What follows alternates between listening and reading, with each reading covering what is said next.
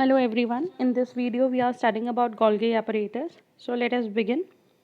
Golgi apparatus was discovered by Camillo Golgi and it was the first discovered organelle in nerve cells of barn owl with the help of metal impregnation technique. तो ये जो Golgi apparatus की discovery हुई थी ये metal impregnation technique से हुई थी, तो माइक्रोस्कोपिकली इसको डिस्कवर करा गया था.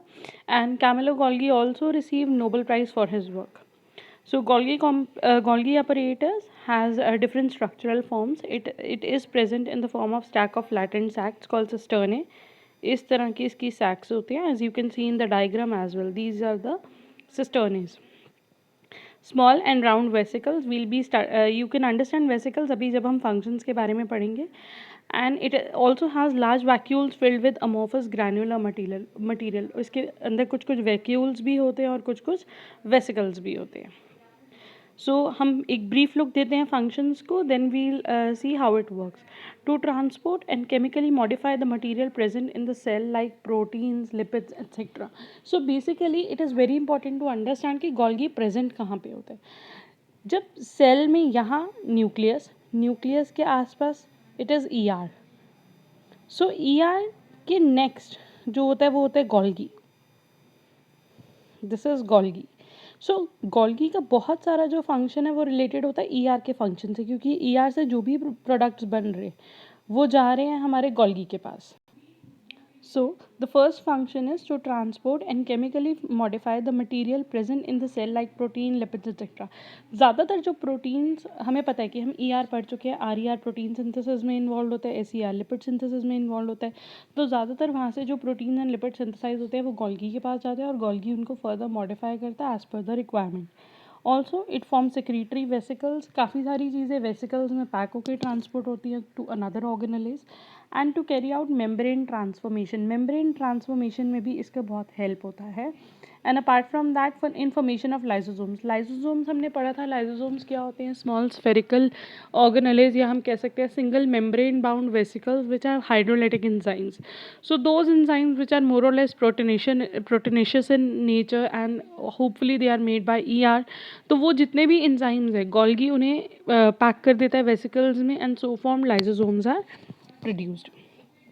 So let us see how does Golgi take a look and how does Golgi work. Cisternae are curved such that the convex side faces the endoplasmic reticulum and the concave side faces the cell surface. So this is the convex side और ये face करती है ER की तरफ. That means इस तरफ ER है. And this concave side faces towards the cell के बाकी ऑर्गेनेल्स की तरफ. तो यहाँ पीछे होता है न्यूक्लियस के बाद आता है ईआर और ईआर के आगे होता है गोल्गी. कॉन्वेक्स वाला फेस ईआर को फेस करता है, कॉन्केव वाला फेस सेल को फेस करता है. कॉन्वेक्स वाले फेस को हम नेम देते हैं सिस फेस और फॉर्मिंग फेस. कॉन्केव वाले फेस को हम नेम करते हैं ट्रांस फेस और releasing face. Convex side is also called cis phase or forming phase. Concave side is called as trans phase or releasing phase और distal phase. Distal का मतलब होता है दूर और proximal का मतलब होता है पास. तो convex side जो है क्योंकि वो ER और न्यूक्लियस के पास है तो उसको proximal phase भी बोला जाता है, एंड इसीलिए concave side को distal क्योंकि वो comparatively दूर है. Small vesicles called transition vesicles are formed by ER and migrate to Golgi. Golgi में कुछ कुछ vesicles जो है वो fuse होते हैं और वो vesicles कहाँ से बन के आ रहे हैं? ER से बन के आ रहे हैं. They fuse with the cisternae of Golgi.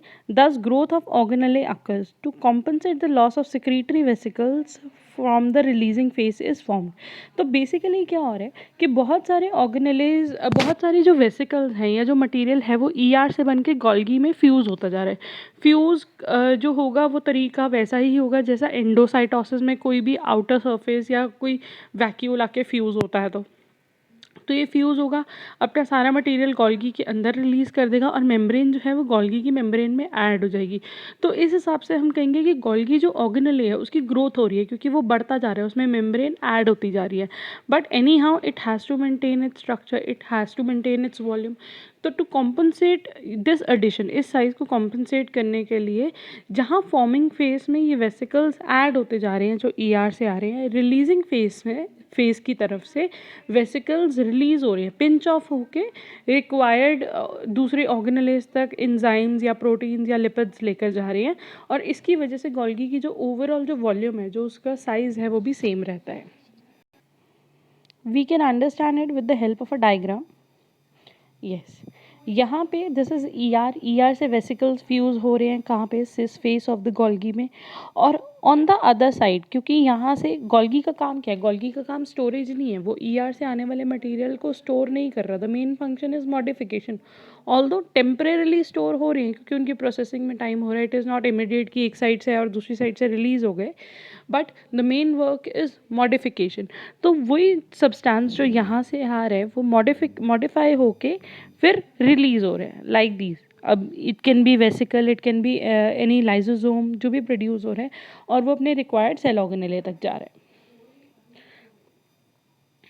Golgi is composed of at least 3 types of sac which contain different type of enzyme. For example, ज़्यादातर जो vesicles pinch off हो रहे होते हैं उनमें 3 तरीके के एंजाइम होते हैं: ग्लाइकोसाइल transferase, phosphatases, and other lysosomal and oxidative enzymes.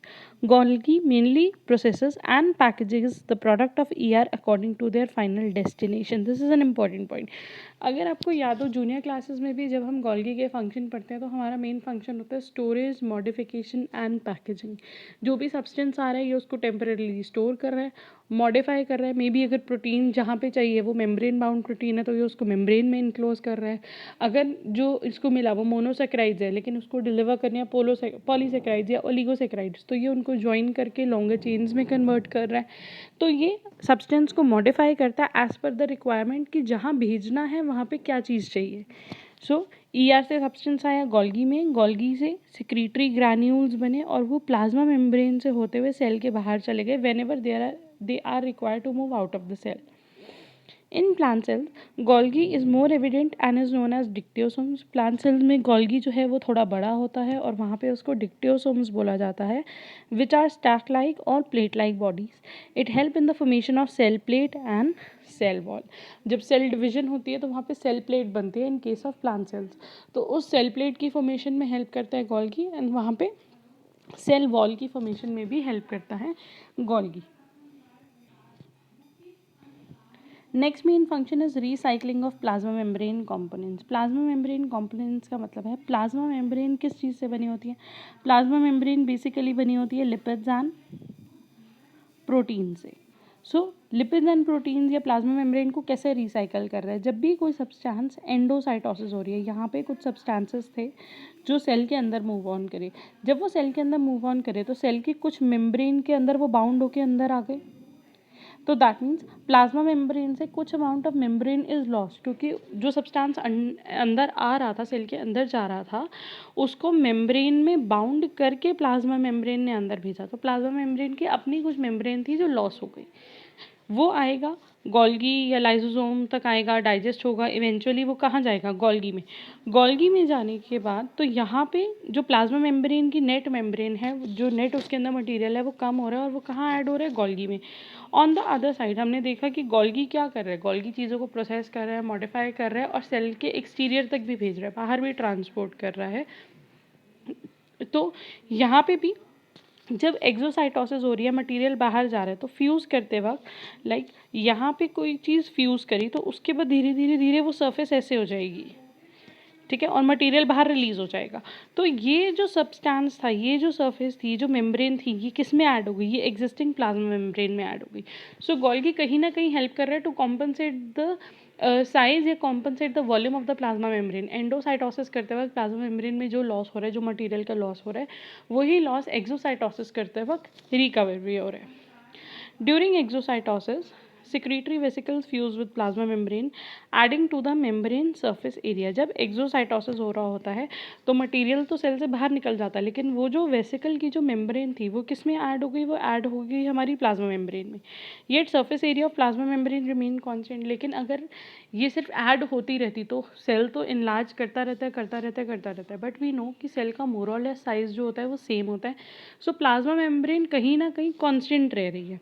ये क्यों हो रहा है, due to the recycling process.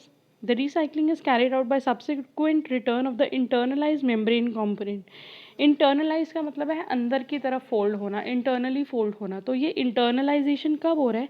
अगर प्लाज्मा मेम्ब्रेन के अंदर कोई चीज़ आ रही है तो प्लाज्मा मेम्ब्रेन उस साइड से फोल्ड हो जाती है, इंटरनलाइजेशन हो जाती है, और धीरे धीरे ये चीज़ें आपस में कंस्ट्रिक्ट होती हैं, प्लाज्मा मेम्ब्रेन वापस हो जाएगी और ये वेसिकल जो है वो ऐसे डिटैच हो जाएगा मेम्ब्रेन से। तो यहाँ पे इंटरनलाइजेशन होते वक्त भी कुछ अमाउंट ऑफ प्लाज्मा मेम्ब्रेन है, लेट्स से इतना पार्ट जो था वो अंदर की तरफ फोल्ड हो गया, तो ये पार्ट जो है वो लॉस हो गया, तो प्लाज्मा मेम्ब्रेन श्रिंक हो रही है। बट यही एक्सोसाइटोसिस के टाइम में वापस जो है उसमें मेम्ब्रेन ऐड होती जा रही है। Let us take an example, plasma membrane of thyroid cells can bind with ferritin, ये फेरेटिन के साथ बाइंड कर सकती है। Endocytosis is induced by addition of thyrotropin, thyrotropin is a hormone, जब थायरोट्रोपिन ऐड आता है तो एंडोसाइटोसिस शुरू हो जाती है।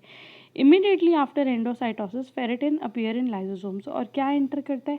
फेरेटिन एंटर कर जाता है सेल के अंदर in the form of lysosome. Within 30 minutes it can be detected in the cisternae of Golgi complex, and later on it was found कि जो फेरेटिन लाइसोसोम्स में था आधे घंटे बाद वो कहाँ मिलता है? वो मिलता है गोल्गी में। तो इसका मतलब है लाइसोसोम से जो चीज़ें आ रही हैं वो डाइजेस्ट हो रही हैं या डिफ्यूज़ होके वो सेल के अंदर जा रही हैं, और सेल के अंदर से मोर और लेस वो घूमते घूमते कहाँ पहुँच रही है? गोल्गी कॉम्प्लेक्स में। Likewise, endocytosis results in the internalization of plasma membrane.